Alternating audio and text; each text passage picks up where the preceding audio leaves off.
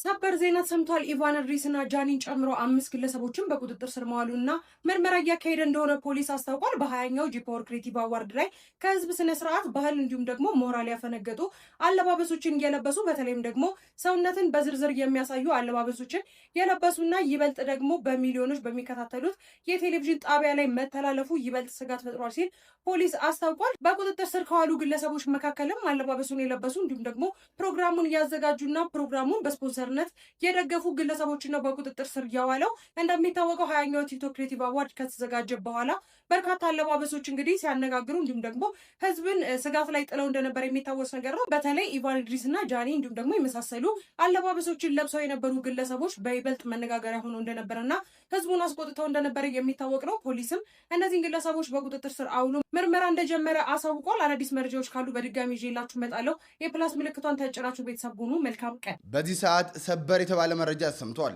ቲክቶከሮቹ በቁጥጥር ስር ውለዋል። የኢትዮጵያ ፌዴራል ፖሊስ በቅርቡ በተካሄደው በጂ-ፓወር ቲክቶክ ክሬቲቭ አዋርድ ላይ ከኢትዮጵያ ባህልና ስነ ምግባር ያፈነገጠ አለባበስ የለበሱ ቲክቶከሮችና ዝግጅቱን በስፖንሰርነት የደገፉና ፕሮግራሙን ያቀነባበሩ ግለሰቦችን በቁጥጥር ስር ማዋሉን አስታውቋል። እነዚህም ወንጌላዊት ገብረ እንድሪያስ በርሄ ወይንም ኢቫን፣ በረከት ጸጋዬ ጅፋር፣ መቅደስ ደረጀ መንግስቱ፣ ግሩም ገዛኸኝ ቀጭኔ እንዲሁም ዮሐንስ መኮንን ኃይለማርያም ወይንም ጃኒ ይገኙበታል።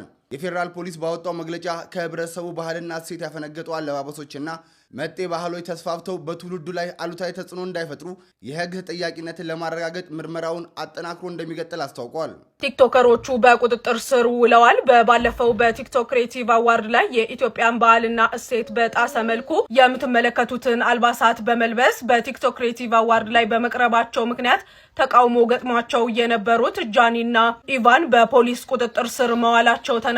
ከነሱ በተጨማሪም የፕሮግራሙ አዘጋጆችና ስፖንሰሮች በቁጥጥር ስር ውለዋል።